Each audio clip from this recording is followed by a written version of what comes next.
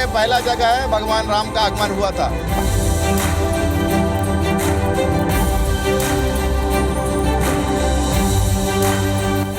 IBC 24 जन कारवां का पड़ाव अब पहुंच चुका है रामगढ़।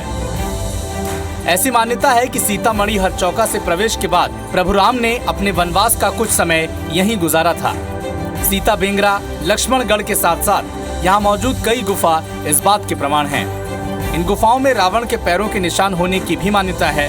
स्थानीय जानकार कहते हैं कि रावण ने यहीं से सीता का हरण किया था, जिसके प्रमाण के रूप में हटफोड़ गुफा का भी जिक्र करते हैं। यहाँ से अब वही सीता माई रहते थे और यहीं से सीता माई को रावण हरण करके ले गया, पहाड़ को फोड़ के पीछे तरफ फोड़ा हुआ है पहाड़ पूरा। रामगिरी का आश्रय थे वन, ऋषि मुनि करते थे जय घोष।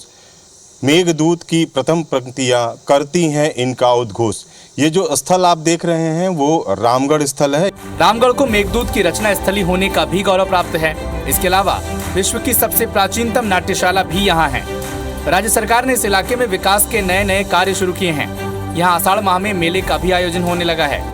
भगवान राम को जब वनवास हुआ था, सीता जी और लक्ष्मण जी साथ में थे, तो ऐसा कहा जाता है और ये सत्य घटना भी है कि उन्होंने कुछ समय यहाँ पे अपना व्यतीत किया था, गुजारा था। पूरे रामगढ़ को एक नया पहचान मिलता है और यहाँ की सभ्यता, संस्कृति और भगवान श्री राम ने जो समय यहाँ बिताया है उसके बारे में सभी लोगों को यहाँ जानकारी मिलती है। जाहिर है IBC 24 का जन कारवां छत्तीसगढ़ में राम वन गमन मार्ग की यात्रा और जनता की नब्ज टटोलने निकला है। राम वन गमन पथ के रास्ते महाचौपाल लगाकर हम ये समझ रहे हैं कि क्या चाहते हैं लोग, कितने वादे पूरे हुए और कितने अधूरे रह गए। ऐसे में आज बात उस अंबिकापुर की जो सरगुजा संभाग का मुख्यालय है।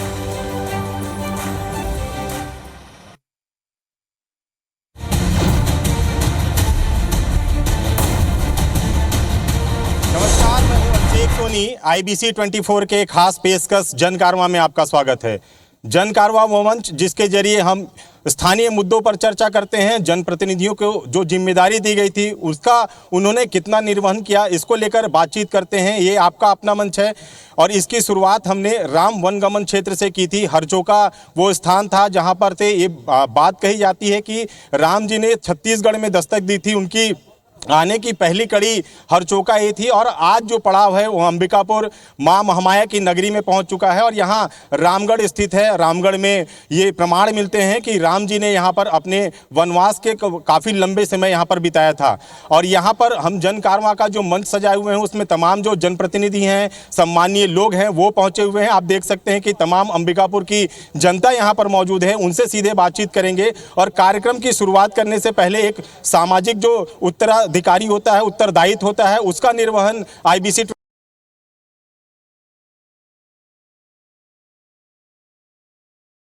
लोकतंत्र को मजबूत करने के लिए हम शपथ लेंगे। आप भी, जैसा मैं शपथ लूं, आप भी उसे दोहराएं। हम भारत के लोग ये शपथ लेते हैं कि आने वाले चुनाव में हम जाति, धर्म, संप्रदाय से ऊपर उठकर योग्य उम्मीदवार का चयन करेंगे। लोकतंत्र को मजबूत करने के लिए अपना वोट जरूर करेंगे। धन्यवाद। आप अपना अपना स्थान ग्रहण कर सकते हैं। तो ये मंच सज चुका है, मंच आपका है और हम जो सरगुजा की जो जनहित के मुद्दे हैं उस पर चर्चा करेंगे। खाद्य मंत्री अमरजीत भगत हमारे साथ मौजूद हैं। सबसे पहले इनसे शुरुआत करते हैं। जिम्मेदारी दी थी जो सरगुजा की जनता ने, आपको मंत्री भी बनाया, कितने जिम्मेदारियों का लगता है कि आप निर्वहन कर चुके या लगता है कि कुछ काम अभी बाकी हैं? सबसे पहले तो मैं जनता जनार्दन को प्रणाम करता हूं, जो उन्होंने आशीर्वाद दिया था उसको हम आत्मसात करते हुए और जन सेवा के क्षेत्र में पूरी ऊर्जा के साथ काम किए हैं। और जीवन में कभी भी 100% कोई भी चीज़ पूरा नहीं होता है, लेकिन मुझे इस बात की संतुष्टि है, मुझे इस बात का संतोष है कि जो काम हम लोगों ने किया है वो काफ़ी संतोषप्रद है और दिल को तसल्ली देने वाला है। इस प्रदेश के साथ साथ अपने ज़िले का नक्शा बदलने के लिए, वहाँ की दिशा और दशा बदलने के लिए जो काम किए गए हैं वो काफ़ी अनुकरणीय है और मैं कह सकता हूँ कि काफ़ी दिल को तसल्ली देने वाला है। माइलस्टोन के रूप में बात करें तो कौन कौन से ऐसे काम हैं जो सरगुजा के लिए उपलब्धि के रूप में गिने जा सकते हैं? क्योंकि विपक्ष का आरोप रहता है कि आप लोग कुछ काम ही नहीं करते हैं। माइलस्टोन के रूप में ज़िले और प्रदेश दोनों के अलग अलग हैं। अगर ज़िले के संदर्भ में देखेंगे तो आज आवागमन के लिए सड़क की सुविधा बढ़ी है, साथ ही अन्य जो मार्ग हैं, आज हवाई मार्ग के लिए भी एयरपोर्ट बन करके तैयार है, तो सड़क के साथ साथ अन्य सब मार्ग भी काफ़ी लोगों के लिए उसके अल्टरनेटिव के रूप में तैयार है।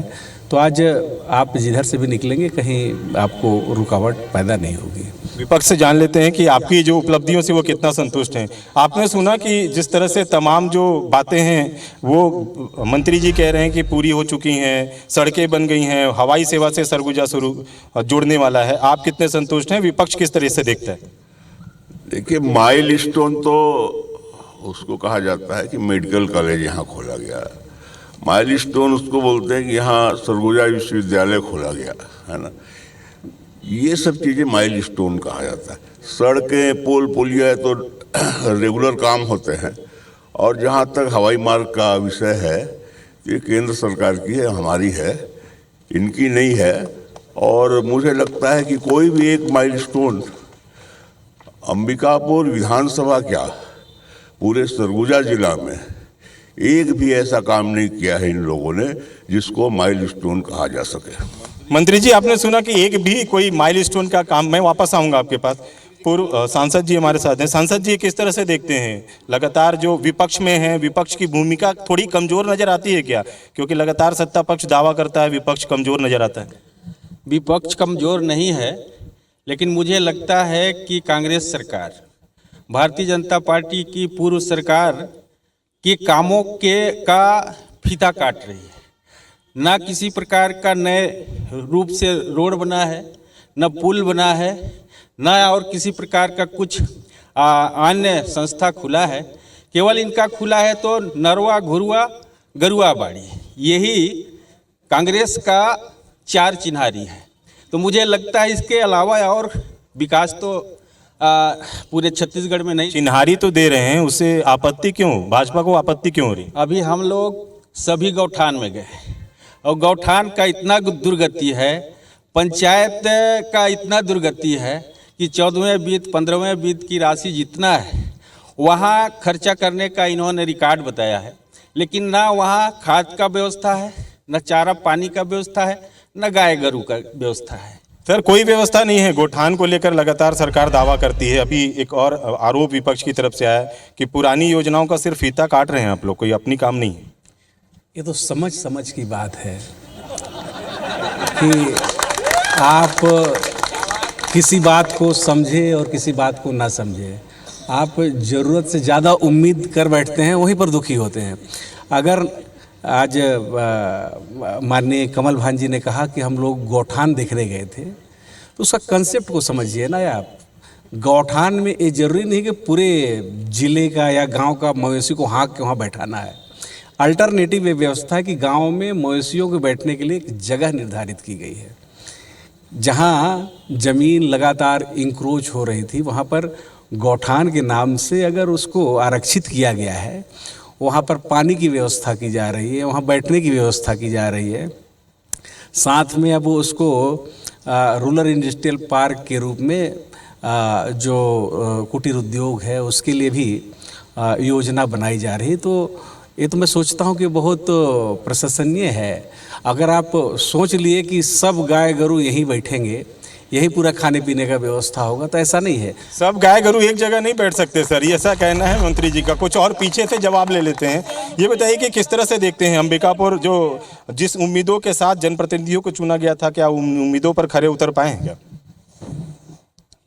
अभी मूलभूत बातों को ही कर रहे थे। शहर की सड़कों को सबने देखा है कि 4.5 साल हम लोग कैसे झेले हैं, और शहर की सड़कों की क्या स्थिति थी। अभी केवल सड़क को काला किया गया है, बरसात आने दिए सड़क की स्थिति फिर से वही हो जाएगी। तो मूलभूत बेसिक चीज़ ही पूरा नहीं हुआ है। और सरगुजा में कांग्रेस ने कोई भी नया उपक्रम, यहाँ पे कोई भी संस्था नया चालू नहीं किया है। स्थानीय दो मंत्री हैं यहाँ पे, लेकिन हम लोग को कोई भी नया यहाँ पे काम नए सिरे से नहीं दिखा है। किस रूप से देखते हैं, अभी आप लोगों ने प्रदर्शन भी किया था पीएससी को लेकर, और किस तरह से देखते हैं सरकार के जो तमाम क्रियाकलाप हैं उनको? देखिए, युवाओं के साथ यह सरकार जो है छलावा और धोखा करने वाली सरकार है। ये बेरोजगारी दर को 0% बताते हैं और इसी मेडिकल कॉलेज अस्पताल में 450 की भर्ती निकलती है, ग्रेड 4 सफाई कर्मचारी चपरासीन की, और 46,000 उसको नौकरी करने के लिए आवेदन आते हैं इस सरगुजा संभाग से। पीएससी के विषय का जो परिणाम आए हैं, एक इनका जो पीएससी का प्रेसिडेंट मनोनीत किया गया है, उनके घर से ही सारे जो छत्तीसगढ़ के लोग हैं सबसे जो योग्य हैं सिर्फ उनके घर में ही हो रहे हैं ये, और पूरी कांग्रेस उनकी प्रवक्ता बन के बैठी हुई है। इस पर कोई सवाल नहीं है, युवाओं के साथ टोटली छलावा कर रही है, ये हमारा आरोप है। युवाओं के साथ छलावा किया जा रहा है, एक आरोप सीधे तौर पे शहरी क्षेत्र के लिए निकल कर आया है। मेयर साहब हमारे साथ मौजूद हैं। सर, जिस तरह से लगातार आरोप लगते रहे हैं कि सड़कों की हालत ठीक नहीं है, लगातार जो निगम के क्रियाकलाप हैं उसको लेकर सवाल खड़े होते रहे, क्या कहना था? सबसे पहले तो सभी को प्रणाम करूंगा। मैं ये बताना चाहूँगा साथी को कि हम लोगों ने 22 करोड़ के बीटी के काम हम लोगों ने शासन से लिए हैं, जिसमें से 12 करोड़ के हो चुके हैं और 10 करोड़ के अभी और होने हैं। निश्चित तौर पे पूरे सड़क अभी नहीं हो पाए हैं, लेकिन अभी 1 महीने के अंदर में सारी सड़कें अच्छी हो जाएंगी। 1 महीने के अंदर सारी सड़कें दुरुस्त हो जाएंगी, ऐसा कहना। सर, जिस तरह से आरोप लिखा आप लोगों ने, युवाओं को लेकर छलावा कर रही है सरकार। आप बोलते हैं कि युवाओं को रोजगार देंगे, रोजगार नहीं मिल पा रहा है। बेरोजगारी भत्ता को लेकर भी जो एवरेज होना चाहिए वो काफ़ी कम है। आईबीसी न्यूज़ चैनल को अपनी ओर से बधाई देता हूं इस कार्यक्रम के लिए और सभी को प्रणाम करता हूं। साथ ही जिस तरीके से विश्व के द्वारा ये आरोप लगाया गया कि बेरोजगारी काफ़ी है, तो मेरे ख्याल से जो माननीय प्रधानमंत्री जी हैं, प्रतिवर्ष 2 करोड़ लोगों को रोजगार देने का वादा किए थे, इसका भी जवाब भारतीय जनता पार्टी के लोगों को देना चाहिए। दूसरी बात यह है कि छत्तीसगढ़ के परिप्रेक्ष्य में जहाँ तक बात करेंगे तो वास्तव में पूरे देश में अगर सबसे कम बेरोजगारी है तो छत्तीसगढ़ में है, और उसके पीछे कारण है कि आज प्राइवेट सेक्टर में भी रोजगार काफ़ी उपलब्ध कराए गए। लघु उद्योग या जो बड़े उद्योग को बढ़ावा दिया गया है, उसके कारण रोजगार के साधन उपलब्ध हुए हैं और बेरोजगारी दर वास्तव में सबसे कम है। मैं जवाब ले लेता हूं कि ये जो आप लोग आरोप लगाते रहते हैं कि बेरोजगारी दर काफ़ी कम है, आप लोगों ने जब केंद्र में सरकार बनाई तो 2 करोड़ नौकरी देने की बात कही, ऐसा आरोप है। नौकरी तो गायब हो गई और बेरोजगारी दर का भी पता नहीं। देखिए, प्रत्यक्ष को प्रमाण की ज़रूरत नहीं होती, सिर्फ बोलने से नहीं होगा। लेकिन मैं उस नैरेटिव पे नहीं जाऊंगा, मैं तो सरगुजा के संदर्भ में बात करूंगा। सरगुजा में स्वास्थ्य मंत्री हैं, यूनिवर्सल हेल्थ स्कीम की बात हुई थी और कहा गया था कि जून में आकार लेगा, 5 साल ख़त्म होने को हैं। शुरू के महीने में ही स्वास्थ्य मंत्री जी थाईलैंड के दौरे पर गए थे। स्मार्ट कार्ड बंद कर दिया गया गरीबों का, और आज तक यूनिवर्सल हेल्थ स्कीम कहाँ है, पहले तो मंत्री जी ये बताएं। यूनिवर्सल हेल्थ स्कीम को लेकर सवाल उठे। दूसरा, कोविड में 5 किलो खाद्यान्न अलग से आवंटित किया गया था पिछले 3 साल से। सरगुजा के गरीबों का 5 किलो अतिरिक्त खाद्यान्न कहाँ गया, मंत्री जी पहले तो ये बताएं। खाद्य को लेकर भी सवाल उठे। मैं आ रहा हूँ सर आपके पास। तमाम जो वादे किए थे कांग्रेस ने जब सरकार में आई थी, कितने वादे पूरे हुए? लगता है कि जो जिन वादों को कांग्रेस ने सरकार बनाते समय किया था वो पूरे हो गए? ऐसा कोई सगा नहीं जिनको इन्होंने ठगा नहीं। कीर्तिमान की बात चल रही थी, इन्होंने कीर्तिमान तो बहुत सारे स्थापित किए हैं। भ्रष्टाचार के कीर्तिमान स्थापित किए हैं, प्रशासन में दबाव के कीर्तिमान स्थापित किए हैं, लूट के कीर्तिमान स्थापित किए हैं। सारे जितने माफिया हैं उनको संरक्षण का कीर्तिमान स्थापित किए हैं, और सरगुजा जिले में तो विशेष करके भू माफियाओं के संरक्षण का विशेष कीर्तिमान स्थापित किया है। मैं जवाब ले लेता हूं। विधायक जी, जिस तरह से लगातार आरोप लगे हैं, चाहे वो रसंग की बात हो, भू माफियाओं की बात हो, मेडिकल कॉलेज की बात हो, जो तमाम आरोप लगे हैं उसके बारे में क्या कहना है? जो भाजपा कह रही है कि यहाँ भ्रष्टाचार का कीर्तिमान रचा जा रहा है। देखिए, ये तो राजनीतिक पार्टियां हैं और अपने अपने सुविधा के अनुसार अपनी बातें कहेंगे, लेकिन लोगों को अपने दृष्टिकोण से और आँख खोल करके देखना चाहिए। भाई अनुराग सिंह जी ने बात कही कि कोविड पीरियड में जो केंद्र ने 5 किलो चावल दिया उसका वितरण नहीं हुआ, खा गए बोले। तो पहला तो मैं आपको बताना चाहूँगा अनुराग जी और अन्य साथियों को कि केंद्र जो चावल देती है ना उसका हम डबल देते हैं। आप केवल 5 किलो दे करके ऐसा मतलब बढ़ा चढ़ा के वो करते हैं। और उसमें जो केंद्रीय जो खाद्य सुरक्षा अधिनियम है, कभी कभी पढ़ लिया करें उसका निर्देश को। सर बड़ी गड़बड़ी सामने आई थी, सर बड़ी गड़बड़ी सामने आई थी, उसको लेकर भी सवाल उठ रहे हैं। बात सुनिए तो उसका केंद्रीय खाद्य सुरक्षा अधिनियम लिखा गया है कि 5 किलो केंद्र देती है और कोई राज्य चाहे तो इससे अधिक दे सकती है। तो हम जो चाहे वाले में पहले से हम 10 किलो दे रहे हैं। चाहे वाले में 10 किलो पहले से दे रहे हैं। कुछ सवाल पीछे से भी ले लेते हैं। ये बताइए कि युवाओं को लेकर जिस तरह से बात कही गई थी, युवाओं को रोजगार मिल पाया क्या? बिल्कुल, युवाओं के रोजगार के लिए हमारी सरकार जो है प्रयासरत है और आगे भी रहेगा। किस तरह के रोजगार दिए गए, क्या उपलब्धि मानते हैं सरकार की? स्वामी आत्मानंद स्कूल जो खुली है उसमें भी जो प्राइवेट तरीके से जो रोजगार मिली है, तो रोजगार के तो अवसर बहुत सारे मिले हैं। कुछ और लोगों से सवाल ले लेते हैं। ये बताइए कि लगातार जो 2 मंत्री हैं इस जिले में, तो मंत्रियों के हिसाब से जो अपेक्षा थी उन पर खरे उतर पाए क्या? बिल्कुल नहीं। देखिए, हमारे ज़िले का ये सौभाग्य था कि इस ज़िले से 2 मंत्री थे। बावजूद उसके स्वास्थ्य मंत्री के विषय को लेकर तो आए दिन मैं विषय रखता रहता हूँ। आज बच्चे मर रहे हैं, 4 बच्चे ऑक्सीजन की कमी से मर गए। हॉस्पिटल की स्थिति कितनी जर्जर है आप बिल्कुल यहाँ से जाकर देख सकते हैं। आए दिन मैं इस विषय को भी उठाता हूँ। मेरा सवाल है स्वास्थ्य मंत्री जी से कि आप ऑस्ट्रेलिया घूम रहे हैं और यहाँ की जनता त्रस्त है। चलिए मैं जवाब ले लूँगा। ये बताइए कि और किस तरह से दावे किए गए थे सरकार की तरफ से, और उन दावों पर क्या उम्मीद थी लोगों को, उन उम्मीदों को किस तरह अमली जामा पहना पाए जनप्रतिनिधि? देखिए क्या है, सरकार के प्रथम दिन से और आज दिनांक तक केवल ऐसा लग रहा है कि सरकार चल रही है। अभी मैं ये सुन रहा था कि रोजगार के दृष्टिकोण से उद्योगों में काम हुआ, तो मेरे ख्याल से रीपा जो इनकी महत्वाकांक्षी योजना थी वो आज कैसी चल रही है वो जनता देख रही है। दूसरा विषय है कि 1,21,500 करोड़ रुपए का इनका बजट था और बजट पे 5.5% जीडीपी दिखाए थे, जबकि उद्योगों की स्थापना के साथ जीडीपी की दर बढ़ती है। जितनी योजनाएं हैं वो केंद्र की चल रही है, चाहे प्रधानमंत्री रोजगार सृजन योजना हो, चाहे पीएमजीवाई की जो योजनाएं हो, सारी की सारी केंद्र सरकार की हैं। राज्य सरकार की जो सब्सिडी होती है केवल वो राज्य सरकार देती है, जो भी इन 4 सालों में रिलीज नहीं हो पाई है। तो कुल मिला के ये कहना कि रोजगार और अन्य दृष्टिकोण से राज्य शासन ने बहुत अच्छा काम किया है, बिल्कुल मैं राज्य सरकार ने जो योजनाओं को लेकर क्रियान्वयन बेहतर तरीके से नहीं किया। ये बताइए, स्वास्थ्य मंत्री को लेकर ये बात आती है कि वो ऑस्ट्रेलिया दौरे पर हैं, यहाँ पर व्यवस्थाएं खराब हो चुकी हैं। क्या लगता है कि जिन उम्मीदों को लेकर जनता ने चुना था उन उम्मीदों पर स्वास्थ्य मंत्री खरे उतर पा रहे हैं? जो अभी हमारे भाजपा के साथियों ने बात उठाई, मुझे लगता है कि प्रदेश स्तर के नेता हैं और उन लोगों की जानकारी इतना कमज़ोर है। खड़े मंच पे बोल रहे हैं कि आयुष्मान कार्ड बंद हो गया। लोग इनके जब बातों को सुनेंगे तो ये समझ जाएंगे कि इनकी जानकारी का लेवल कितना है। 4,27,000 आयुष्मान कार्ड 2018-19 में था और आज 6,53,000 आयुष्मान कार्ड केवल सरगुजा में है। 2,220 लाख रुपए आयुष्मान कार्ड से क्लेम किए गए हैं। जितने मेडिकल कॉलेज के अलावा जितने बाहर के जो भी हॉस्पिटल्स चल रहे हैं, सभी जगह आयुष्मान कार्ड चल रहे हैं।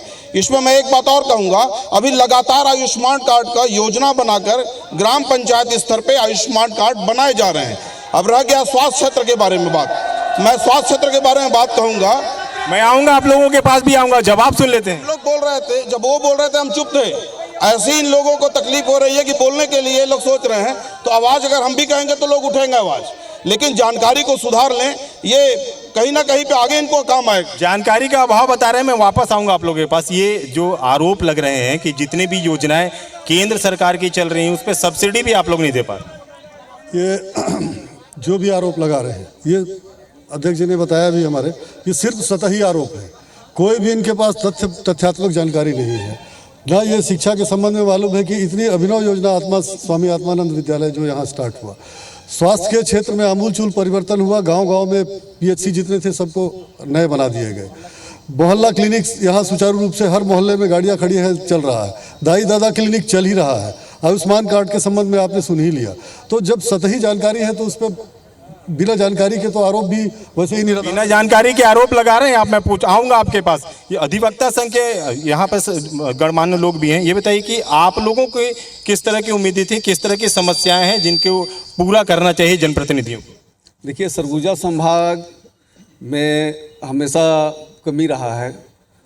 शायद उपेक्षा का शिकार सरगुजा संभाग रहा है, चाहे बीजेपी कांग्रेस हो या बीजेपी का पार्टी हो या कांग्रेस का हो। वर्तमान में कमिश्नर की स्थायी नियुक्ति अभी तक नहीं हो पाई है सरगुजा संभाग में। सबसे छः ज़िले हैं यहाँ, और यहाँ पे सबसे पिछड़े लोग हैं, आदिवासी लोग हैं। यहाँ के लोग न्याय से वंचित हैं। राजस्व न्यायालय के लिंक के बारे में चाहे सत्ता पक्ष हो या विपक्ष हो, किसी ने आवाज़ नहीं उठाया। किसी ने आवाज़ नहीं उठाया। सर, आपने सुना कि कमिश्नरी को लेकर लगातार समस्याएं बनी हुई हैं। कब ये व्यवस्था हो पाएगी सर? आप खुद इस इलाके से जनप्रतिनिधि।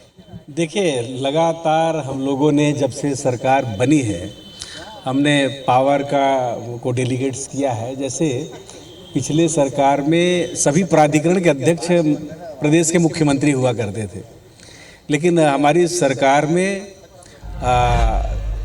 सरगुजा विकास प्राधिकरण के अध्यक्ष अलग बनाए, जसपुर विकास का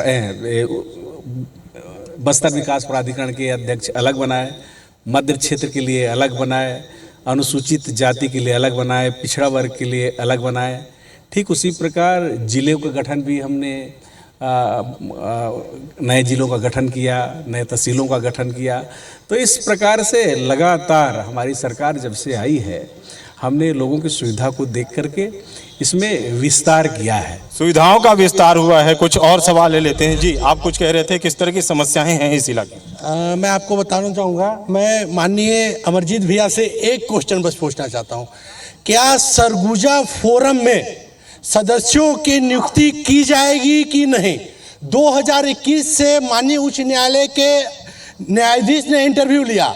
उस इंटरव्यू में पूरे 13 इंटरव्यू हुआ, उसमें से सभी जिलों में नियुक्ति की गई, लेकिन सरगुजा को ही वंचित क्यों किया गया, जबकि माननीय मंत्री सरगुजा से बिलोंग करते हैं? आखिर क्यों राजनीति का अखाड़ा उसको बनाया जा रहा है? सरगुजा के लोग उससे वंचित हैं। मैंने माननीय उच्च न्यायालय में भी किया। उच्च न्यायालय में इन्होंने एक आदेश दिया कि हमने दूसरे जिले से एक सदस्य नियुक्त किया गया। आखिर क्यों? क्या योग्य व्यक्ति नहीं है सरगुजा में?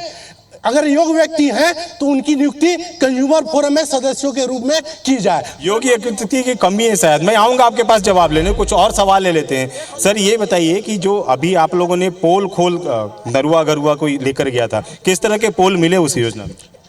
जहाँ जहाँ हम लोग गए, कई स्थान तो ऐसे थे जहाँ की कोई शेड भी नहीं था। बाकी अभी हमारे पूर्व सांसद जी ने बताया कि न तो जानवर थे, न वहाँ खाद की व्यवस्था थी, न चारे की व्यवस्था थी। तो ऐसी कई जगह पे मिला। तो हवाई ही योजना है। हवाई योजना है। शहर क्षेत्र को लेकर भी एक सवाल ले लेते हैं। सर, आप लोग विपक्ष में हैं, अगर कोई सड़क नहीं बन रही है, पेयजल को लेकर लोग परेशान हैं, तो विपक्ष मौन क्यों है? क्यों वो उग्र रूप में नजर नहीं आता? नहीं, विपक्ष मौन नहीं है।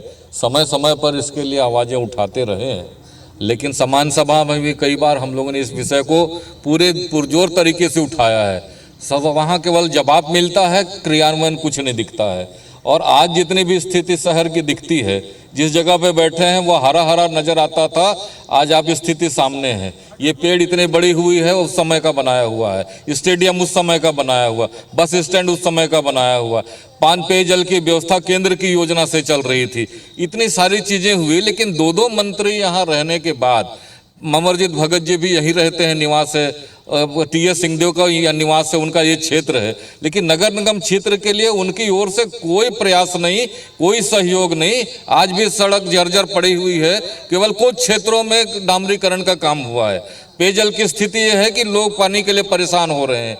कहीं ट्रांसपोर्ट नगर आज तक नहीं बना पाया, बार बार ट्रांसपोर्ट के लोग परेशान होते हैं। तो ये केवल हमारे भाजपा के समय की उपलब्धि है जिसको अभी मेंटेन नहीं कर पा रहे हैं, खराब होता पड़ा हुआ। सिर्फ जो भाजपा की उपलब्धियां हैं उनको आप लोग मेंटेन तक नहीं कर पा रहे हैं, ऐसा आरोप लगा। नगर निगम में आप लोग हैं, आप लोग कैबिनेट मंत्री दर्जा प्राप्त हैं, क्यों ऐसी व्यवस्था है सर? देखिए, क्या काम हुआ क्या नहीं हुआ इसका फैसला जनता करेगी। कितना भी काम कर लें, राजनीतिक पार्टियां जो सिर्फ विरोध करने के लिए हैं वो कभी समर्थन अच्छे कामों का नहीं करेंगी। 110 करोड़ की योजना पेयजल की इस परिषद के कार्यकाल में अंबिकापुर शहर के लिए आई है। अन्य योजनाएं नगर के विकास के लिए इस परिषद के कार्यकाल में आई हैं। तो उनकी तारीफ करने के बजाय जिनको विरोध करना है वो करेंगे ही, फैसला जनता करेगी। फैसला जनता करेगी। सर, एक सवाल आया था कि जो नियुक्ति नहीं हो पा रही है उसको लेकर संक्षिप्त में जवाब। मैं DK सोनी जी जो हमारे मित्र भी हैं, छोटे भाई भी हैं, उनको जानकारी देना चाहता हूं। जैसे कि उन्होंने कहा कि सुप्रीम कोर्ट के नोटिफिकेशन के बाद भी नहीं हो पा रहा है। अपनी बात देखिए, आप उत्तर भी उसी में छुपा है। पहले राज्य सरकारें स्वतंत्र रहती थी इनके नियुक्ति के लिए, आवेदन भी मंगवाती थी और स्क्रूटनी और चयन भी करती थी।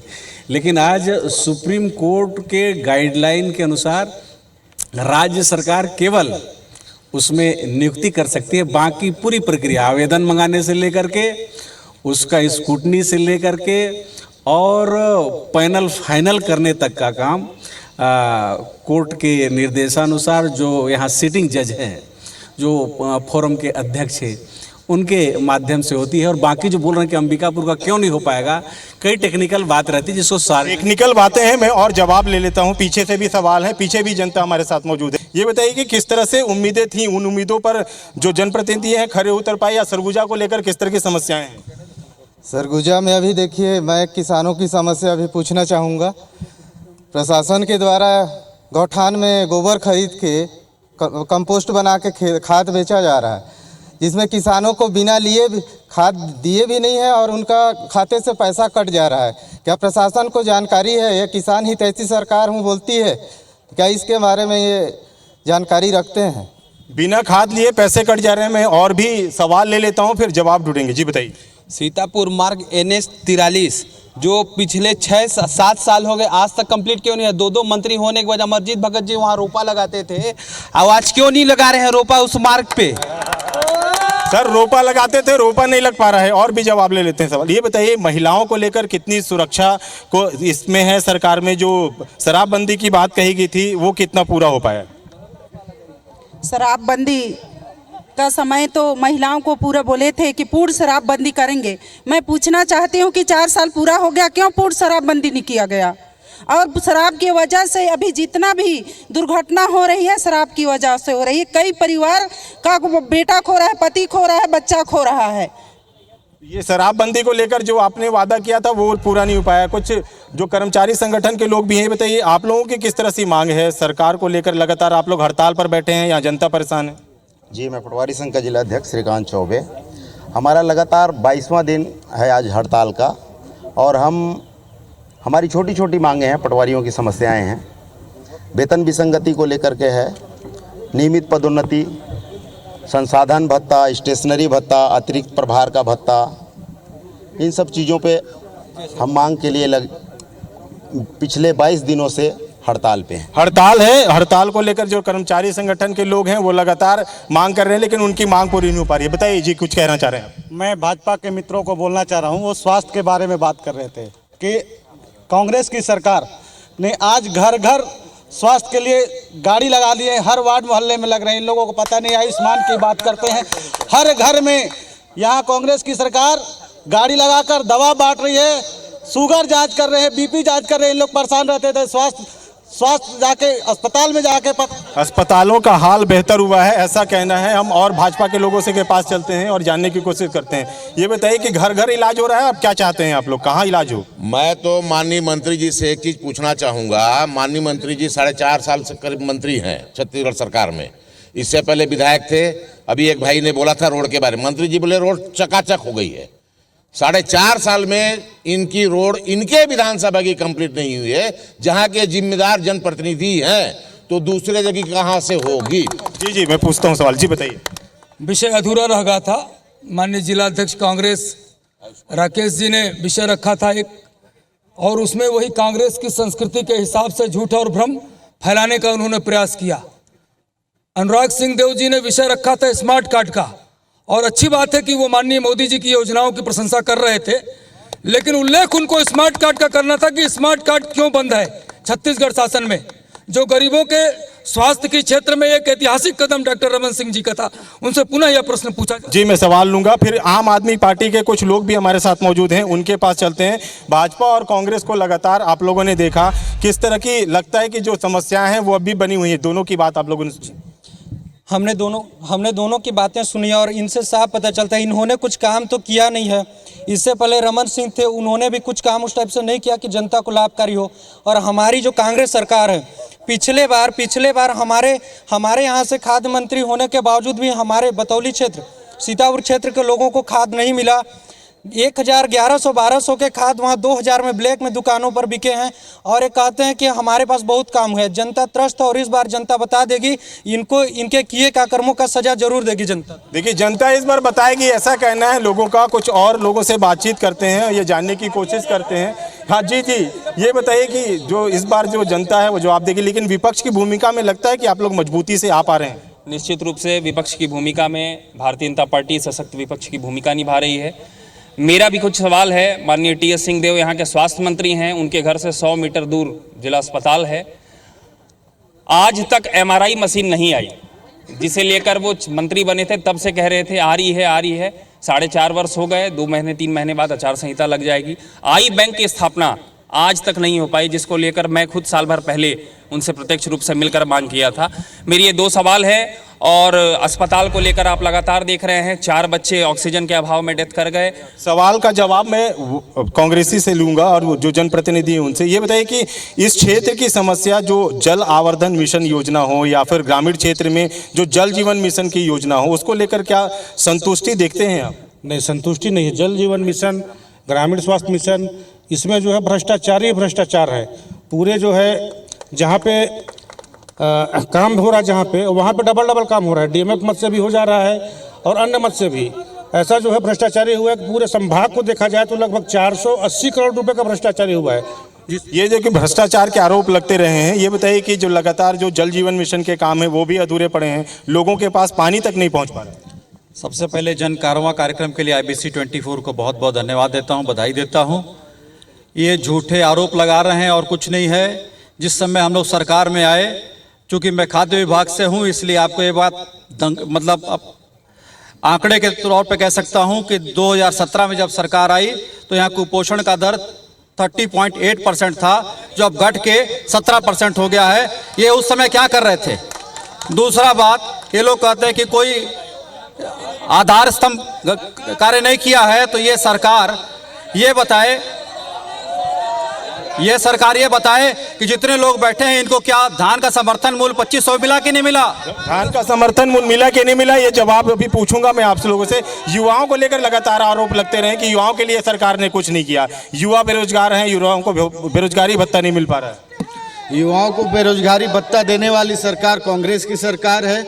और जैसे मेरे युवा मोर्चा के भाई बता रहे थे कि स्वास्थ्य विभाग में जो नियुक्तियां निकली थी उसमें 400 पद में 4000-5000 जो भी भरे थे, तो मैं बता रहा हूं कोई भी अगर प्राइवेट रोजगार कर रहा है कोई भी युवा साथी, तो वो चाहेगा कि उससे बेहतर रोजगार मुझे मिले। इसलिए आवेदनों की संख्या बढ़ी और विकास दर छत्तीसगढ़ में बढ़ते जो विकास दर है वो बढ़ रहा है। आप लोग गलत फहमी में हैं, ऐसा कहना है। ये बताइए कि जिस तरह से लगातार भाजपा के लोगों की आपने बात सुनी, आरोप लग रहे हैं युवा चले जा रहे हैं। सर, कब उन्हें बेरोजगारी भत्ता मिलेगा, कब रोजगार में? आरोप लगाना उनका एक आदत बन गई है। सबसे बड़ी बात ये, अभी एक ने आरोप लगाया कि 7 साल से सीतापुर की सड़क नहीं बनी है। हम लोग अभी 4 साल हुआ है। दूसरी बात, 15 सालों में क्या किया था, 15 वर्षों में क्या किया था, और 15 वर्षों में जो भ्रष्टाचार था उसमें यदि अभी को तुलना की जाए तो कुछ भी नहीं है। भारतीय जनता पार्टी के पास मुद्दा विहीन पार्टी हो गई है। ये वो पार्टी है जिसको ये पता नहीं है कि गौशाला और गोठान के बीच में फर्क क्या है। ये देखिए मुद्दा विहीन पार्टी हो गई है, आप लोग ये लगातार आरोप किए जा रहे हैं, क्या कहना है आपका? देखिए, कांग्रेस के हमारे मित्र जितना भी जवाब दिए, आम जनता उसको देख रही है। बस एक प्रश्न इनसे पूछना चाहूँगा, आपने दो मुद्दे बहुत अच्छे उठाए, अमृत मिशन और जल जीवन मिशन का। अमृत मिशन योजना इस शहर के लिए हमारी केंद्र सरकार ने दी थी। आज आलम यह है कि शहर की आधी आबादी पानी पानी बूंद बूंद पानी के लिए त्राहिमाम कर रही है। जल जीवन मिशन में माननीय मोदी जी ने 500 करोड़ रुपया दिया।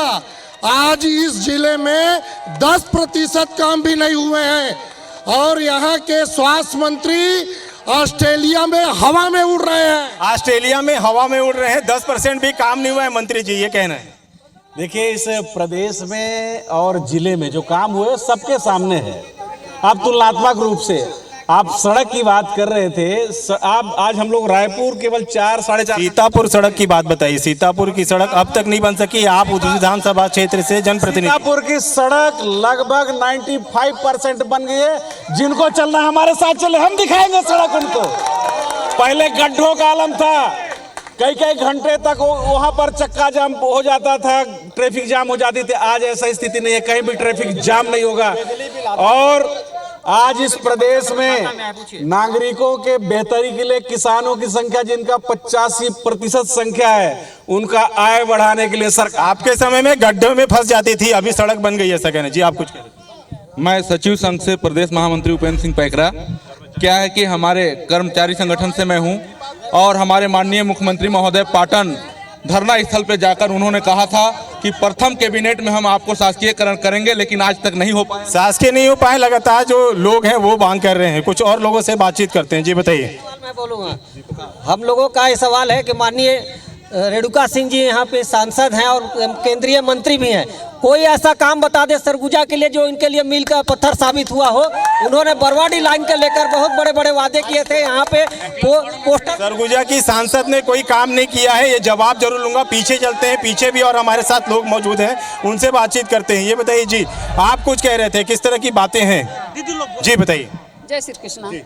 हम लोग को इंसाफ चाहिए। हम लोग 20 साल से 25 साल से 10 डिसमिल 5 डिसमिल जमीन खरीद के मकान बना के रह रहे हैं। अभी तक हम लोग को पट्टा नहीं मिला है और 1 एकड़ जमीन 2 एकड़ जमीन लेके बेच देते हैं, उनको परमिशन मिल जाता है। हम लोग को इंसाफ क्यों नहीं मिलता है? हम लोग कहाँ जाएं? जी, इंसाफ नहीं मिलता, पट्टे नहीं मिल पा रहे हैं और लोगों से बातचीत करते हैं। जी बताइए, आपका क्या कहना है? कांग्रेस और बीजेपी दोनों के बारे में मेरा कहना है जी, ये दोनों पार्टी का जो 15 साल में कांग्रेस भाजपा भ्रष्टाचार नहीं कर पाई जितना, उतना 4 साल में उससे संतुष्ट हो गई अपना जनता यहाँ की। और जीरो टॉलरेंस कार्रवाई होती है इनकी भ्रष्टाचारियों के ऊपर। स्वास्थ्य माफिया हो गए, भू माफिया हो गए, रेप माफिया। जो लगातार आरोप लगते आ रहे हैं, उनसे और लोगों से बातचीत करेंगे। जी बताइए। हाँ, मैं प्रदेश की जो बातें हो रही है वो तो ठीक है। मैं निगम के जिम्मेदार लोगों से पूछना चाहूंगी, कम से कम 10 आवेदन मैंने दी हूँ। तिर्की भैया को 5 बार फोन की हूँ कि भैया नाली बनवा दीजिए। अरे क्या बात करते हैं आप, 15 साल में नाली नहीं बनवा सके? ये नाली नहीं बन पाई ऐसा कहना है और जवाब लेने के लिए सीधे चलते हैं लोगों के पास और ये जानने की कोशिश करते हैं कि आखिर जो नाली को लेकर भी लोग परेशान हैं, नाली नहीं बन पा रही है। सर, आखिर नाली कब बन पाएगी? मुझे खुशी है कि अभी 10 साल भी नहीं पूरे हुए, मेरे 6 साल और बढ़ गए हैं। इस बात की खुशी रहेगी और निश्चित तौर पे अगले 2 महीने में हमने सैंक्शन ले लिया है, नाली तो बन ही जाएगा और हम धन्यवाद करते हैं। मैं स्वास्थ्य मंत्री जी के बारे में बार बार ये बात आई कि यहाँ पे दिक्कत है और माननीय ऑस्ट्रेलिया में है। मैं उसमें ये कहना चाहूँगा कि पहले भी ये कहा जा चुका है कि वो पर्सनल टूर, ऑफिशियल के बाद में पर्सनल टूर पे गए हैं, ऐसा कहना है। सर, ये उपलब्धियां जो रही हैं और क्या विजन अभी जो बाकी में जो योजनाएं हैं उसको किस तरह से पूरा करेंगे, संक्षिप्त में सर? एकदम मैं संक्षिप्त में बोलूँगा। प्रदेश में जितने भी काम हुए हैं, आप छत्तीसगढ़ धान का कटोरा है और 85% लोग कृषक हैं। हमारी सरकार ने पहले दिन से ही किसानों का हालत सुधारने के लिए, उनका आमदनी बढ़ाने के लिए काम किया है। आज हम बोल सकते हैं कि पूरे प्रदेश में किसानों की जो स्थिति है हिंदुस्तान के अन्य प्रदेश के किसानों की तुलना में बेहतर है। और आज चाहे आप ग्रामीण अर्थव्यवस्था को बढ़ाने की बात देख लीजिए, स्थिति बेहतर हुई है। जो प्रदेश सरकार है वो लगातार बेहतर काम कर रही है। विपक्ष के आरोप भी आपने सुने। IBC 24 का जो ये कारवां है वो अगले पड़ाव में होगा। आज हम लोगों ने जो अंबिकापुर की जनता है उनसे बातचीत करने की कोशिश की और ये जानने की कोशिश की जिन उम्मीदों को लेकर उन्होंने जनप्रतिनिधियों को चुना था वो उन उम्मीदों पर कितना खरा उतरे। आज के जन कारवां में सिर्फ इतना ही। हमें दीजिए इजाजत। नमस्कार।